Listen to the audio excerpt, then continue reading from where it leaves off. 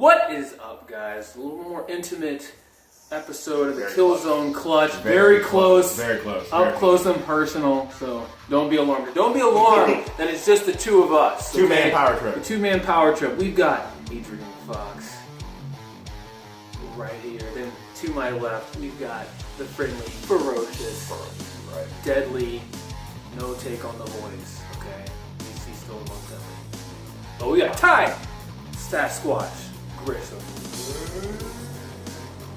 And today on the Killzone Klutch, we are going to go over the revolutionary all-in event that took place in Chicago, Illinois. And what are your first thoughts on just the all-in event before we go into detail? Before we even go into detail, all-in was a great idea. Fantastic idea from Cody Rhodes and the Young Bucks. It was a great idea just to get everyone away from that certain company.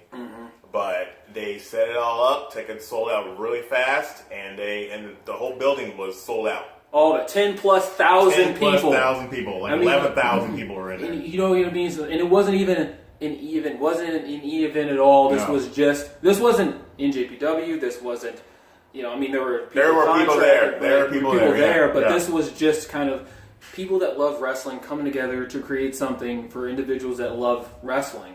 That's what it was. And we'll get into that a little bit more later. So first, going into the first match, Cody. It wasn't the first match on the card. It wasn't the first match on the card. But it was the third match on the card. Yeah, unfortunately, that was the third match on the card. But I will have to go. I only saw a selected few matches on there. So the first one I really saw was the Stephen Amell versus Crystal Daniels match. Oh. It was a little botchy. It was a little botchy. I only watched it because I know that Christopher Daniels has been around for a very, very long time. Ring general. Yes, and I respect him. So I decided to watch it. And Stephen Amell, I was very impressed. It was like, I saw the last 5 minutes. I saw the best moonsault ever. And then he looked like he was like about a mile away. It was like almost that best moonsault or best headbutt ever. Whatever, but it was. I respect the fact that Stephen Amell got in the ring and did what he did, but he was with a strong worker to cover up some of the what do you call it? Maybe the gaps that maybe Stephen Amell had or whatever. Because he's not a pro wrestler. He's of course an Arrow. It's a nice show. I don't watch it. I've watched the first season, but not going into that.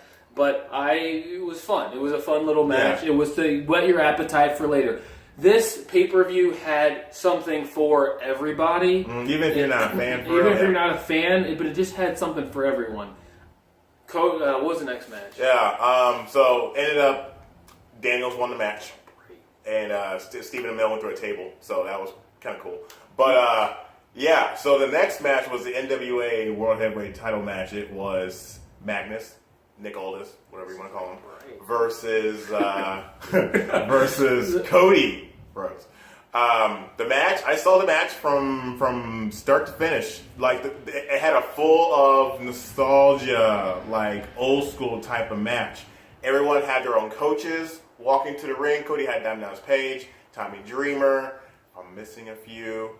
Nick Aldis had Jeff Jarrett, and he had co-founder. Co-founder Daivari too. And there Sean Daivari was one of his coaches there too. So that was interesting how they had that all build in that match. It was like old school feeling, and you saw a diamond cutter. You saw a diamond cutter. Basically, for me, like one of the biggest points of the match was just seeing that sharp, crisp diamond cutter. Still got it.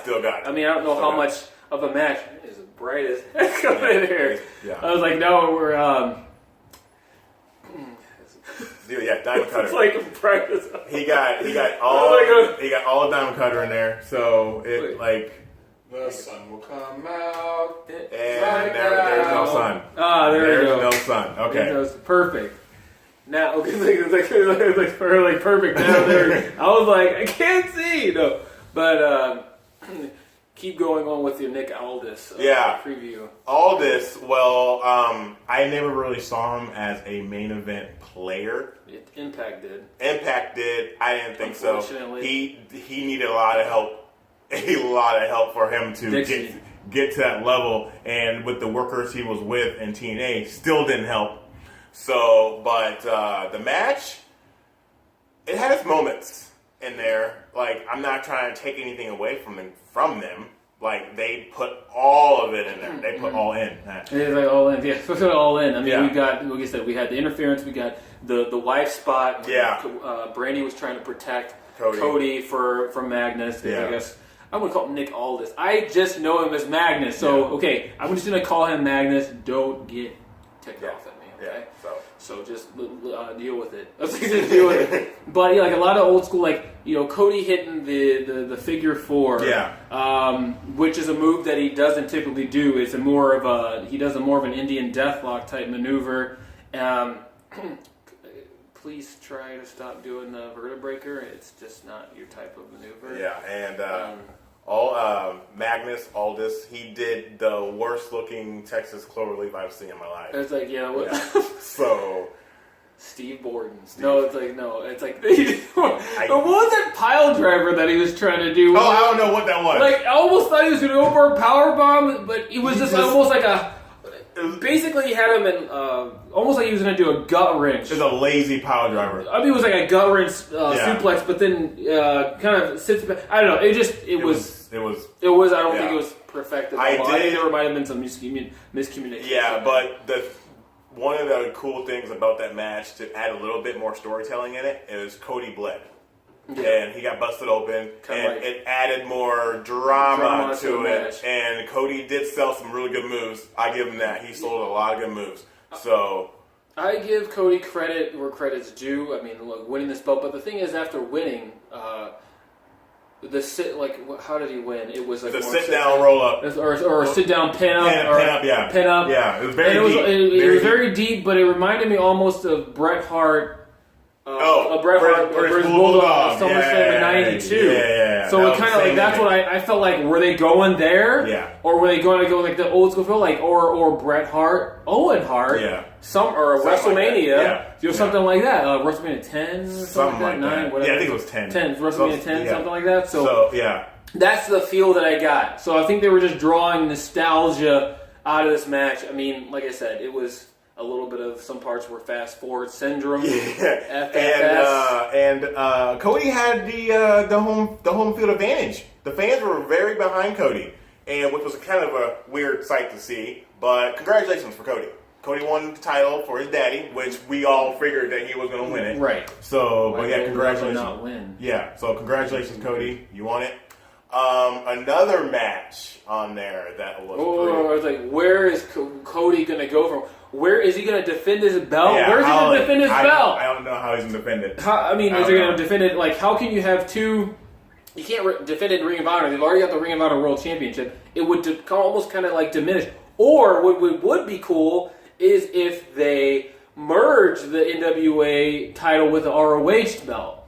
I think that would be pretty cool. An NWA. Did they do that TNA? They did earlier on, the NWA TNA Championship. So maybe NWA could merge with ROH in a way and create something here. Yeah. That would. What do you think of that? That'd be interesting. Like maybe have like a title versus title match between Cody and Jay Lethal. Stay away from Lethal. Yeah. So speaking of Jay Lethal, another match that I saw all the way through. Flip Gordon won the Battle Royal. Over budget Battle Royal. Yeah. And he got a shot at the Ring of Honor Heavyweight Championship. And the Ring of Honor Heavyweight Championship holder is Jay Lethal. I'm sorry. He was Black Machismo. That's right, for most of the match. But it was kind of cool. Like, this match was a gimmick. That was horrible. It was more of a gimmick match for Jay Lethal switching in and out of Black Machismo and back to him being regular old Jay Lethal. One of the best wrestlers alive to this day. Correct.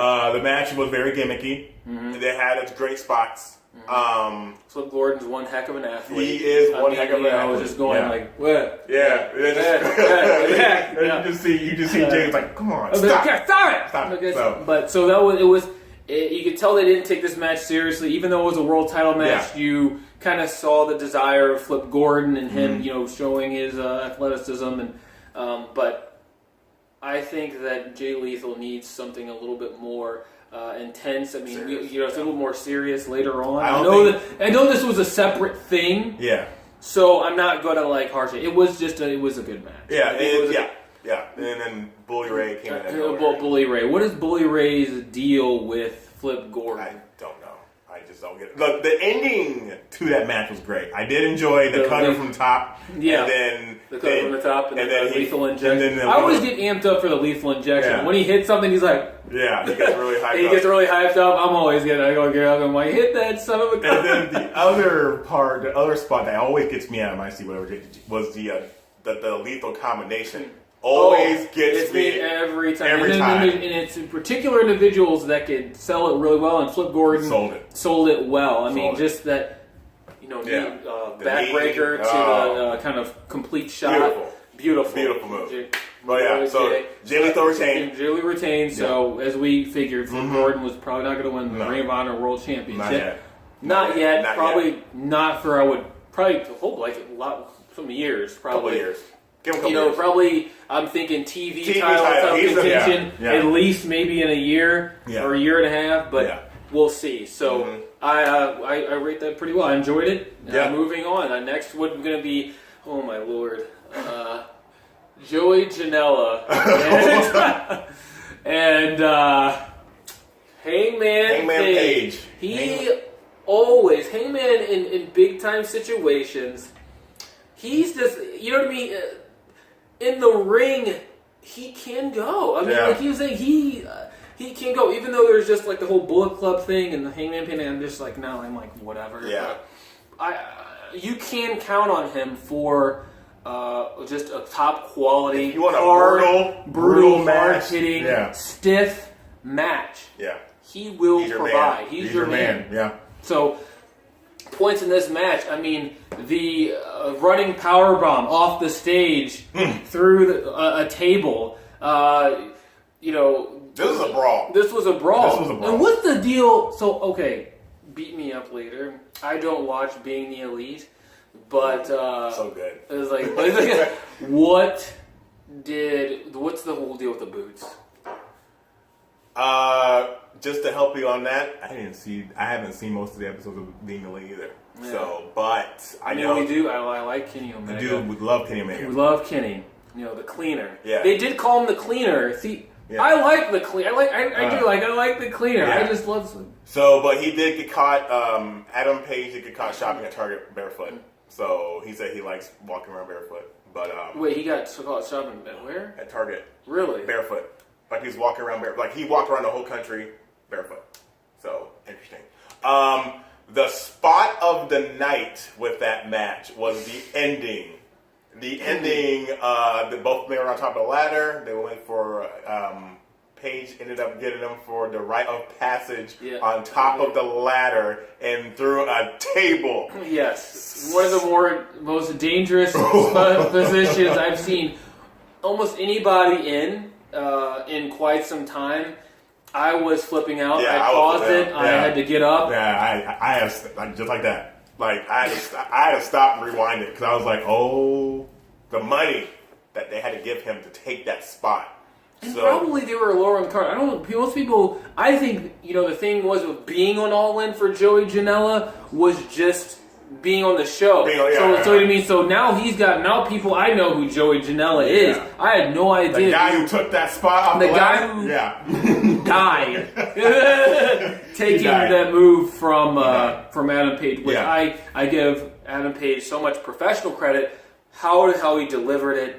I mean, he's a true sportsman. He's a hard-hitting. He's able to grab his balls and just go out there and go. The matches he's had with Switchblade, back in some of the G1 specials and stuff like that. I like his style. I like your style. So basically, I've been teasing this for a while now, and since we're on the topic of Adam Page, I've been teasing this for a while.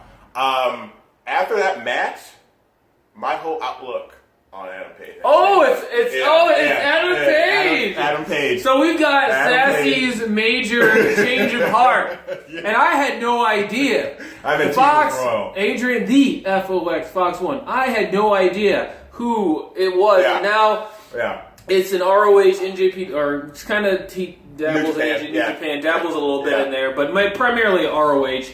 So it is Adam Page. Adam Page. Hangman. I used to call him Whackman Page. Yeah, all the time. we call him Whackman. But it's always always been fun. I always thought that he was the weakest member of the Bullet Club for the longest time. I think it's that Yoshi here or that Tokyo Pimp. Tokyo Pimp guy. Yeah, Tokyo Pimp.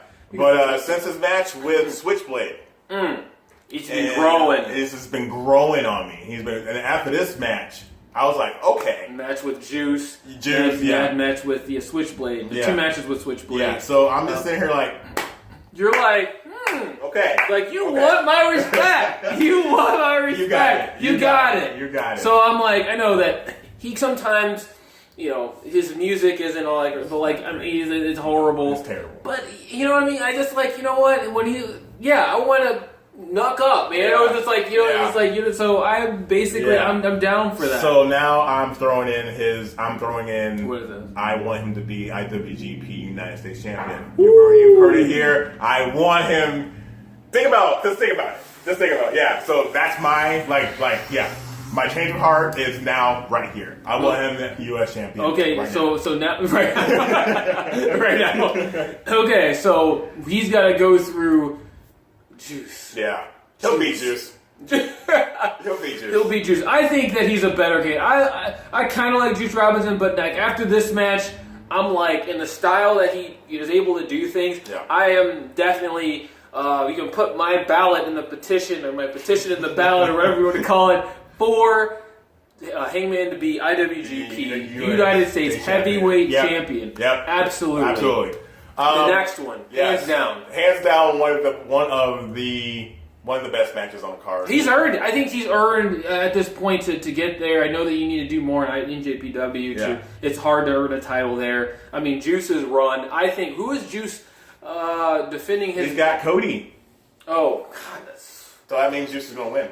Juice better win. Juice Cody does not.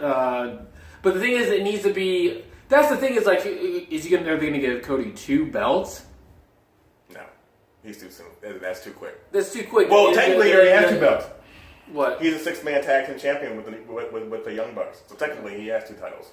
So they're not giving him 3. Cody is, like I said, I respect him. I respect his comment for saying that after his win or post comments that WWE does not own pro wrestling, and that just the whole fact of him doing this all in.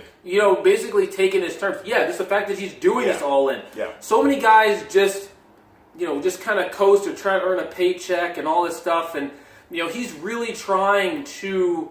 He's a revolution. Him and whoever assisted him in this endeavor, the Bucks and all this stuff. So they get mad respect. Oh, a lot of respect. Like they get mad respect, and not saying. I'm just like most people like.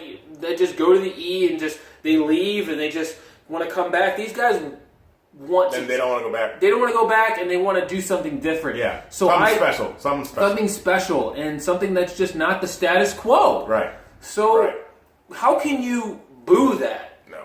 How can you? Way. No I way. Can't. Another match on the card was the Kenny Omega versus Pentagon Jr. matchup. Seattle, or is it Seattle? He did that 3 times. He did that. I think he got. He does it a lot in his matches. Is it Miedo, Seattle? Yeah, something like that.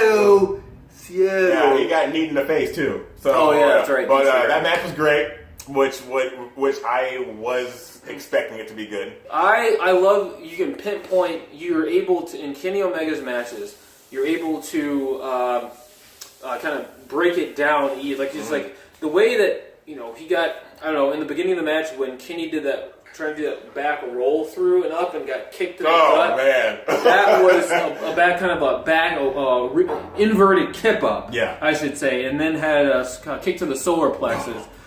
Stiff. Very stiff. But just like so simple, but so crisp, so awesome. 2 spots that stand out through that match was the arm breaker. Pentagon had him in. Like, you felt for Kenny whenever he hit that. Oh, man. Basically, this is a maneuver that... because I'm not besides the matches I've seen in Impact.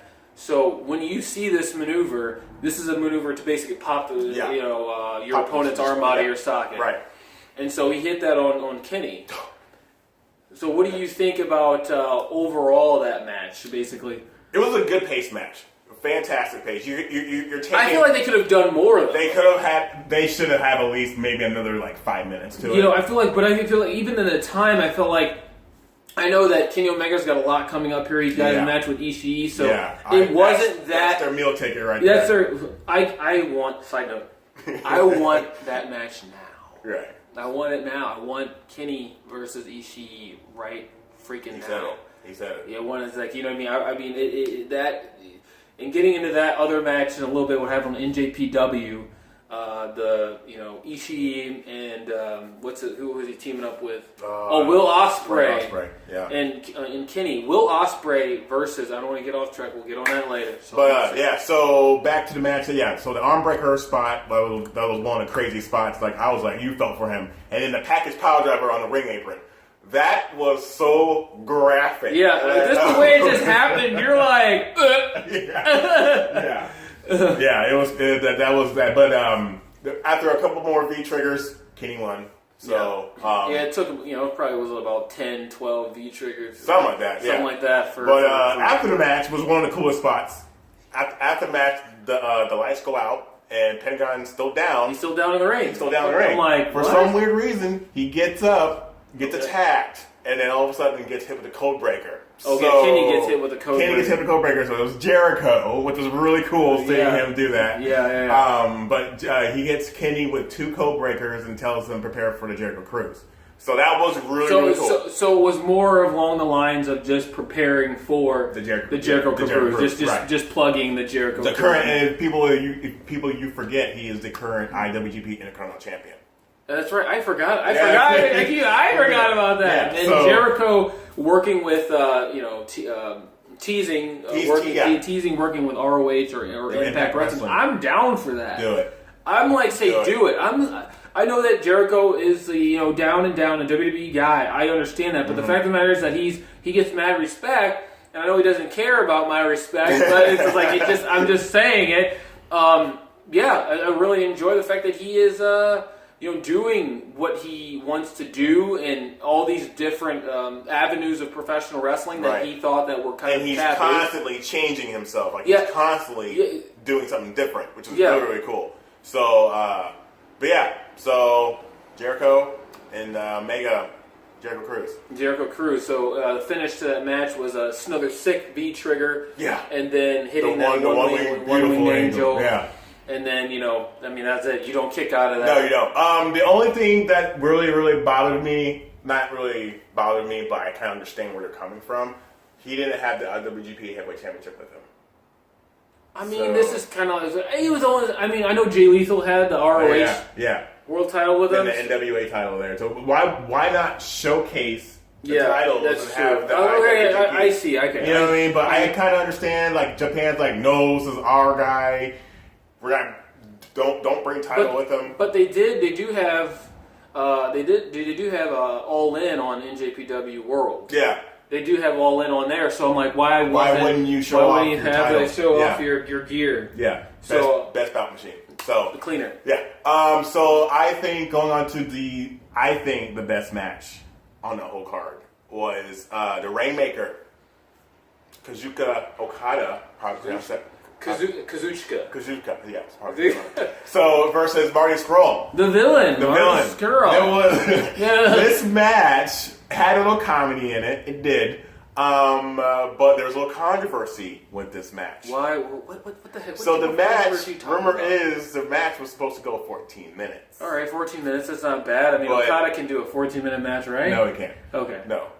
You need to give Okada at least 30 minutes. Mark, I'm sure you were in on all this. I'm sure you knew Okada was going to go over. The fact that you didn't give proper notice to the officials in this match tonight, you're liable. Yeah, so it's your fault. So, the match ended up going 26 minutes. What the heck? So it cut into the main event. The main event was very short. Yeah, the main event was like a 12-minute match. Yeah. So. Wait a second. Why don't we go back to... Hold a second. There's this match that I'm thinking about. Matt Cross... The very first match, this guy that reminds me of The Miz. Mm-hmm. Did you see that? I didn't see the match. Anyways, there's this guy that reminds me of like a mixture between Nigel McGuinness and and I think he might be American Matt Cross. I'm not sure. I'll do more research. Sorry. But I'm sure. I think he's like one of the few American wrestlers. He seems like an old school Miz mixed with a version of Nigel McGuinness with the joint manipulation type deal. I mean, I kind of didn't completely dig his character, but it's interesting. You don't see many American wrestlers. If he is, I gotta check on it. But it's like he's with joint manipulation. So kind of focusing on that. So I did dig that aspect of that match, or just I did dig that part about his character. So heads up, a shout out to Matt Cross. Yeah. And then moving on. Yeah, back to the Okada Scroll match. It was a good match. Great Best match on the card. Best match on the card. It was a heavyweight versus a junior heavyweight. The people they were talking about, and Marty stood his own. He stood his own against Okada, like one of the best IWGP heavyweight champion. Yeah, I said it, Mark. Yeah, I said it. Yeah, but, one of the best. One of the best. That match was good. It surprised me. There were some spots in there. I was like, wow. What spots stand out to you? It's the little things in Scrolls. The brain buster out of nowhere. Yeah, the brain buster. And then Okada's like, wow. What? Yeah, the brain buster was a great spot, and Okada sold it. Yeah, she's like, he sold it perfectly, and he laid it back down. And he's like, "Yo, sit back down." The very beginning, when the test of strength, like Marty Scurll kept trying to run to the ropes, trying to shoulder block Okada. Okada just standing there, just like, come on, do it again. Do it again.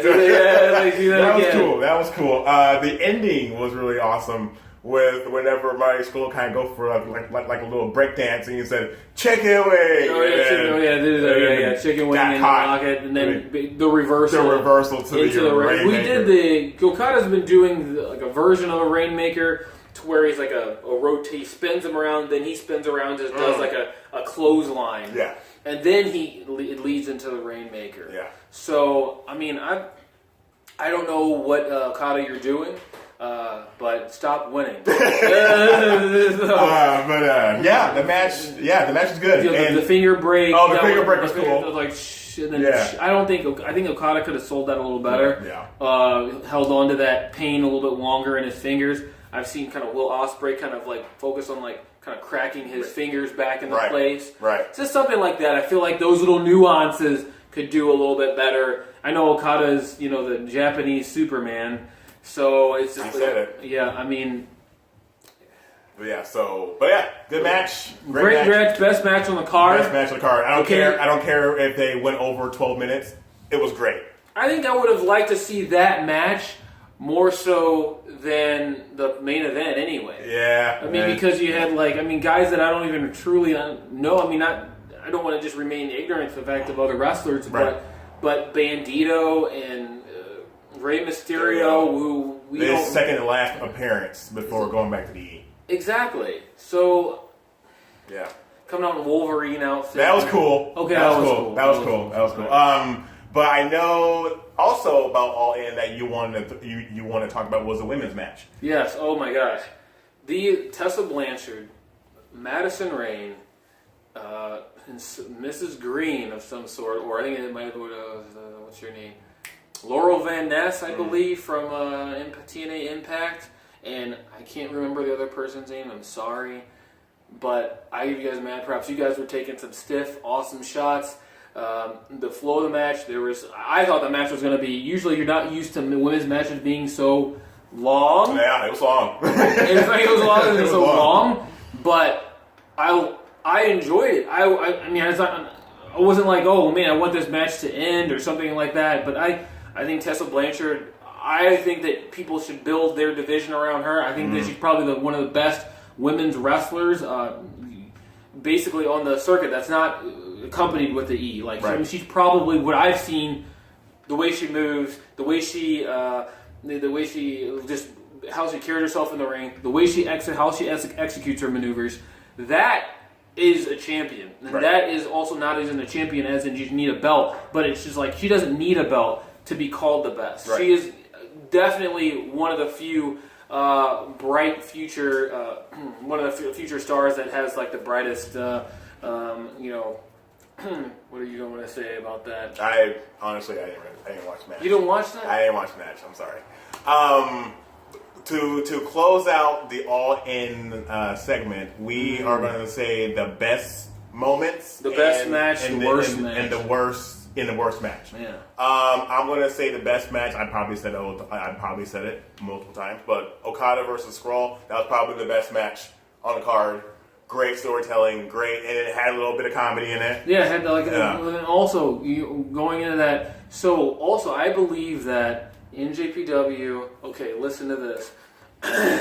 So I know that it's kind of like taboo to mix in like heavyweights in junior heavyweights in like a singles match, but you guys should do like special matches more often. Special like how you're having like. Well, this isn't like a junior versus junior. It's two heavyweights, like Naito versus what's his name? Gosh, I keep trying to rip his legs off. Murray Suzuki. Why are they fighting again anymore? I don't know. I don't get it. I don't get why. He's gonna make him cry. Like I think that also if Naito does not win that match, he needs to win every match. He needs to win like now. He needs to be winning more because he's given back this year. Yeah. You know what I mean? He's had like 3 big losses that I don't like 3. Big losses that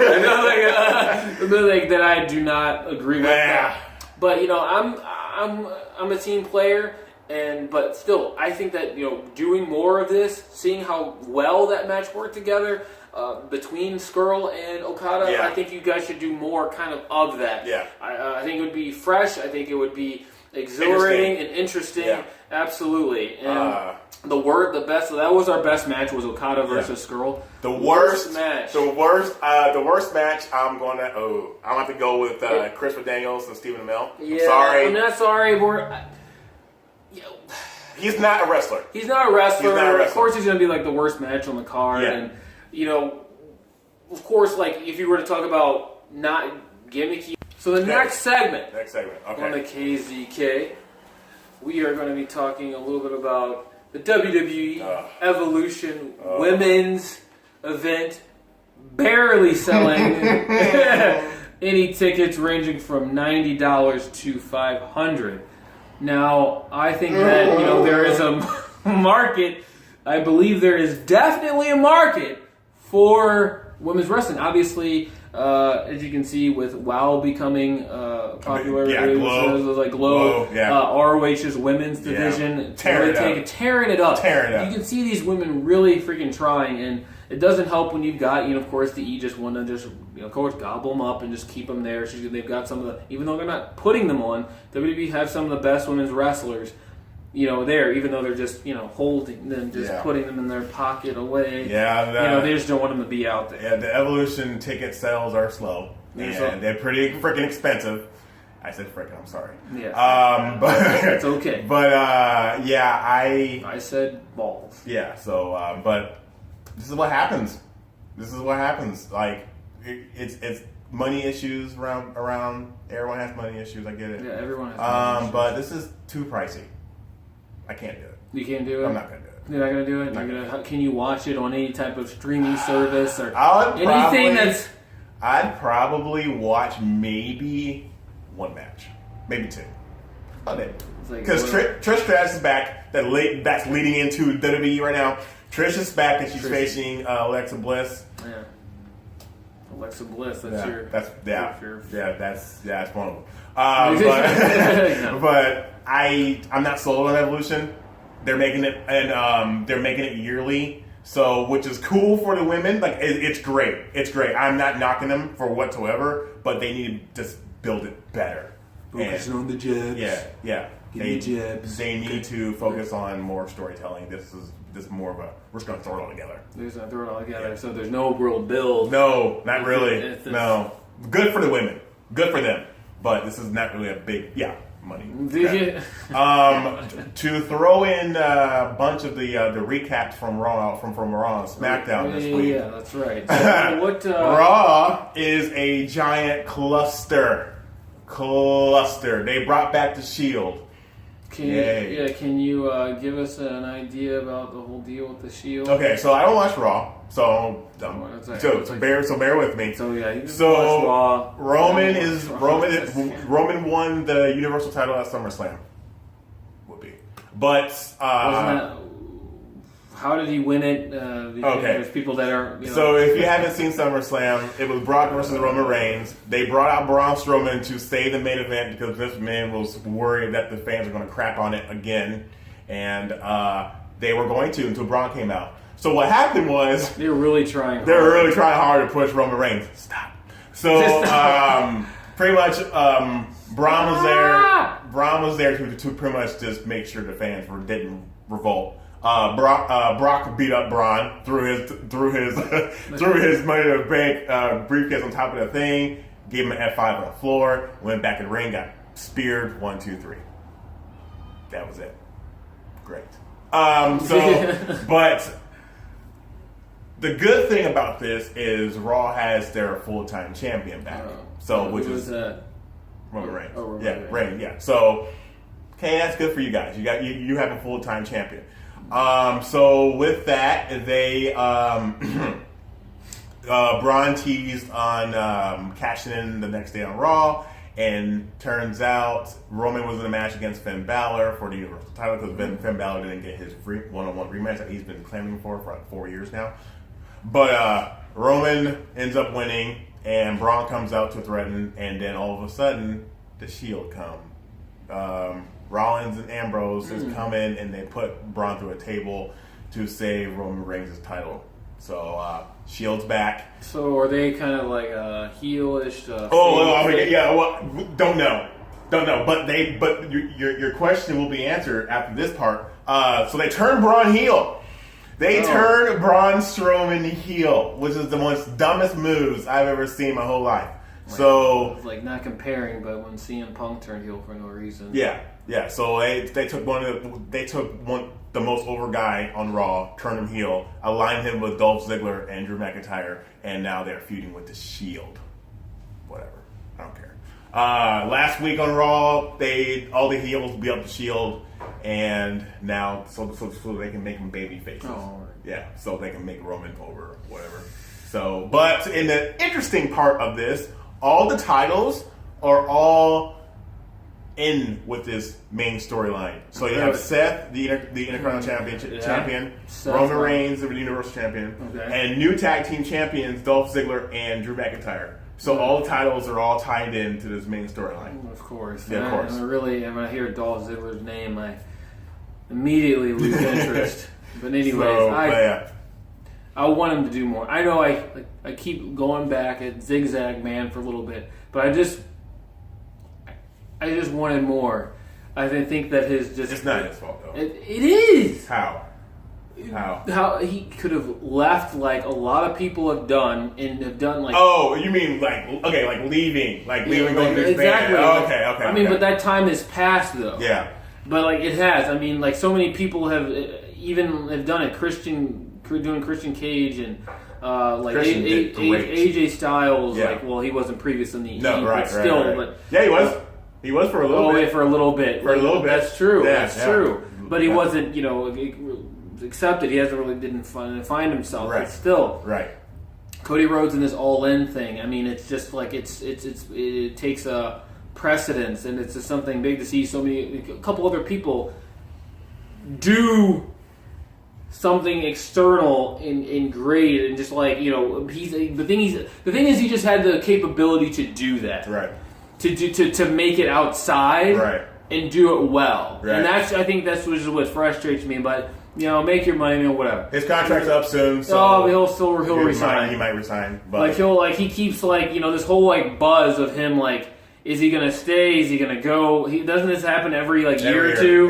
Yeah. So, but I'm a fan. Does he sign just yearly contracts now? Just a couple months. Yeah. Or is it yearly? So, this buzz of if he's done it's I'm sure he would do fantastic outside of the WWE. I mean, it would be ridiculous. Yeah, he so I'm a fan of Ziggler. But I don't appreciate what he has done to him. It's irrevocable damage. Right. I mean, it's just so, like he should go to New Japan, go somewhere fresh. Like, you would tear it up for the next, 3 years. Yeah. Actual be a champion. I mean, be a true champion. Not just, there to, create, a paycheck. Be a actual championship that you... I mean, just those belts mean something, okay? It's just yes, everyone's making their money and all that stuff, but...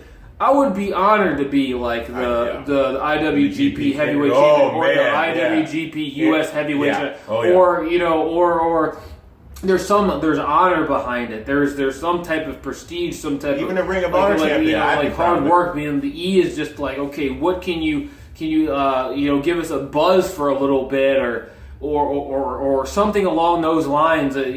A couple of Twitter followers. I don't know. I don't freaking know. But if you can sell merchandise, here's your title. Or not even just merchandise. They didn't give. Wait, who was selling merch? They didn't give what's his face, Rusev. Oh yeah. They didn't give him a belt. No, they did not give him a belt, which is very unfortunate. You know what I mean? Rusev. I don't have to watch it, but I know he's been over. He's been super and he's over. not even that bad. I think he's very underrated. I love Rusev. Yeah, Rusev wins every day. By the way, he wins every day. Happy Rusev Day. Oh, why does he win every day? Next topic. So speaking of Rusev, SmackDown. AJ Styles and Samoa Joe, and Samoa Joe comes back out, talks about his family. Yeah. Joe. So it's the WWE title for at Hell in a Cell. The rumor is Joe's gonna win, so prepare yourselves. So if Joe wins, don't be shocked.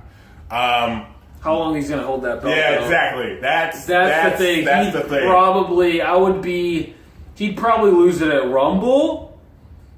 Or that might be even too long, but I would think he'd probably lose it at Rumble. He might, but so apparently, but he's not going to hold it long. No. Apparently, something about him saying "Oh, Wendy" all the time is getting big things. So the feud, big things, as in a great following. Really? Yeah. So every time when he says "Oh, Wendy," it's like a big thing. What? Yeah, so I don't get it. Get it. So these fans are crazy. This is the WWE universe. Yeah. So it got escalated for SmackDown. So that's gonna be that match is gonna be a show stealer either way. They added Randy Orton versus Jeff Hardy in Hell in a Cell. The only thing I'm worried about is when Jeff Hardy gonna get a break. So what is the deal with Jeff? Was it ever explained why Randy Orton beats the crap out of Jeff Hardy? What is the point? Randy Orton just explained that he's just going to do what he wants, and he doesn't like the fans' connection to Jeff Hardy, so he's just going to take him out. He's a legend killer. He's done all this. I'm just going to take him out. So he just. Yeah. So, he doesn't like the fact that everyone loves Jeff Hardy. So he's just going to take him out. So whatever. I'm just glad that Randy Orton's a heel. Yeah. So all day. So I'm just glad that Randy Orton's a heel, and the only cool thing about this whole feud is it makes me twitch every time when Jeff Hardy wears gauges in his ears, and Randy Orton just takes his little finger and just pulls it out. It's pretty crazy. But also we have the New Day New Tag Team Champions. They're going to get a opponent. They're going to get an opponent for Hell in a Cell this week. It's between the New Day, Rusev, versus the Bar. And whoever wins that versus... the Bar. Who's that? Cesaro and Sheamus versus Rusev Day. Okay. So it's probably going to be the Bar. The Bar. So is this it? That's it, right there. Okay. So that's really the only big really thing that happened in E this week is that... She was right now, since this is we were going to go into Sassy's E moment of the last little while. Okay. It was so maybe the last 2 weeks. The last 2 weeks? So, Sassy, what is your E moment? Hang on. It's going to take me a while to think. No, I will have to say one moment that stands out within the last couple weeks was when Braun was going to cash in on Roman Reigns.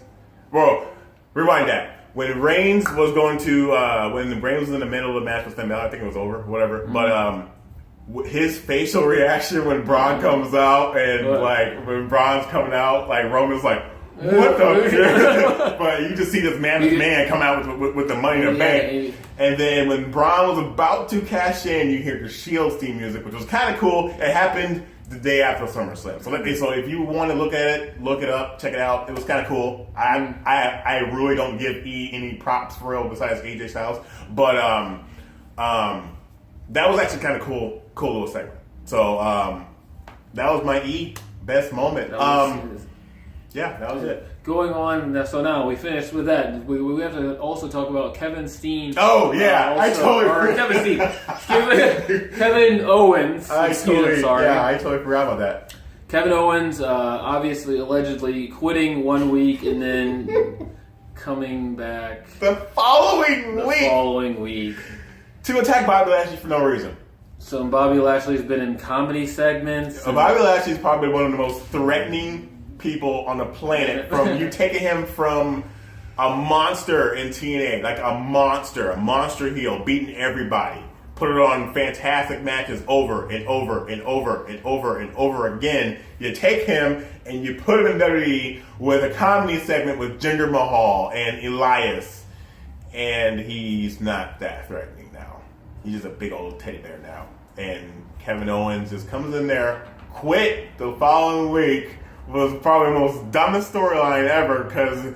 So explain it. How did it So Kevin Owens has been getting frustrated, getting beat up by Braun. Yeah, just losing a lot. Probably, not being the Kevin that we know. Yeah, Kevin Steen, Ring of Honor. Yeah. Look it up. Look it up. So he had a match against Seth Rollins for the Intercontinental title in Canada, and lost the match. And he just said, "You got a chair?" There said, "I quit." Rumor was that he was going to lose weight and come back as a monster heel with Paul Heyman. That was the rumor. But WWE always follows what's happening online and trolls everyone that follows everything. So just don't follow. Don't follow. So Kevin Owens comes back the following week and attacks Bobby Lashley while he was in a comforting segment with Jinder Mahal of all people. So, yeah. So don't get it. It's weird. It's stupid. It's like you never do anything BA unless it's like really to try and get something. Only for WrestleMania weekend. Or even if that, it's just like trying to get some buzz. It's like, he got the capability of at least keeping it to a relative. They've got so many people to cycle through with. Yeah. I just don't. I don't get it. So yeah, Kevin Owens back. Worked the storyline. I totally forgot about this one part.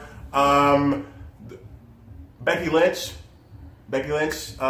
she attacked Flair after her match against Carmella on SmackDown this past week. Carmella put on a pretty good show. I have to give her credit. She put on. I don't know. I think that Carmella is. I don't know. I don't really know much about Carmella, but she's. You think? Yeah, well, she's smiling. So. She put on a good match for the main event, but Charlotte won, and Becky Lynch comes out, and Becky Lynch actually says the B word on TV, which is actually pretty cool. So, and she's still getting cheered. So it's pretty crazy. R-Truth is a comedy of SmackDown, hands down. Wait, R-Truth is back? R-Truth has been back for a little while, but he was in the main event on SmackDown. He was what? Yeah, he was a main event for the first time since 2010 when he was feuding with John Cena. That was his best run. That was his best run. They should have gave him the belt. They should have gave him the belt. At least 2 weeks. For at least 2 months. At least 2 months. Give us some. It just pushed it hard for about 2 months and just let it fall off. They did mention the Austin Truth because he faced the Miz in the main event. I love that too. That was great. But the R-Truth's run in that 2010 was perfect. Perfect run. Perfect. But anyway, started smoking. What is happening here? But R-Truth was in the main event against the Miz on SmackDown this past week. And the funny thing is, Miz was in his feud with Daniel Bryan. Bryan had a heck of a match with Cien Almas earlier in the matchup. Whatever. Who? Cien. I don't know. Yeah, Almas. Him and Bryan had a great match. Bryan won. It's cool. So they went after to take on. They went after Miz and Maurice in a Maurice in a restaurant. Miz and Maurice showed up later just to avoid them. And Miz, R-Truth, the main event of SmackDown, and Brian comes out, and R-Truth gets the roll-up pin. All right. So that's awesome. That was cool. So R-Truth, the main event of SmackDown. Who would have known? R-Truth always kind of popping up like a cockroach. Yeah, it was funny. That he is one, and just saying that's a saying. So he went over saying that to get what he wants, he needs to pin Carmella. Funny, very funny. Wait, what? Yeah. So what happened was Carmella. R-Truth said that. Yeah. So the long story short, it built for the SummerSlam. Charlotte had to pin Carmella. Remember how Charlotte pinned Carmella to get into that triple threat match. So R-Truth's walking around the backstage saying that in order to get what I want, I gotta pin Carmella. It's really funny. I gotta look it up. Look it up. It was pretty funny. So closing out this show, I had to bring it to this guy's attention that John Cena has worked on a brand new move, his 6th move of Doom. So I had to let him see it. Can I? Go ahead. I might have to maybe demonstrate it here on the Clutch. I mean, we don't get physical here on the Killzone Klutch. We don't. We are very consummate gentlemen here on the Killzone Klutch. Yes, I said it, but I think that this time, this technique. It deserves respect. Alright? He can't even say with a straight face. He can't even. This move is hot garbage. Okay, this move is terrible. So I think if you maybe want to Lucky, one of our backstage men, if you could come here for a second. And so I was I would to demonstrate the new move. Me? Yeah. Oh, wow. Yeah. So I want to. So I'm gonna stand. If you lift this up, you mind? Yeah. Let's. So, all right. So I'm gonna stand here. Oh, perfect. So you just stand here. Actually, no. Wait. If you lift it, just hold it. You just want to hold it up so we can see. Okay. So I'm going to do this. So John Cena, he goes like this. He says something. What does he say? Okay. And then he just wait, turn it towards me a little bit. Yep. And then he goes. Follow him down. Yeah. No. Oh, follow him down. No. That's all he does. That was it. Thank you. But yes, that was John Cena's. That was John Cena's new move. What is it called? I don't know. It's not called anything right now, but it's whack. It sucks. So. It's this more intimate version of the Killzone Klutch. That was that. John Cena, don't do that again. It was and we'll be back with Josh Boyce. We'll be back with Mark. Everyone will be back. Everyone will be back. So shut up. Calm down. And we'll be there. So we are the Killzone Klutch. We are your source for making sense of professional wrestling. And thank you for listening and watching the 2-man power trip. Exactly. So you never know. This might happen again. So it may not. You know what I mean? Yeah.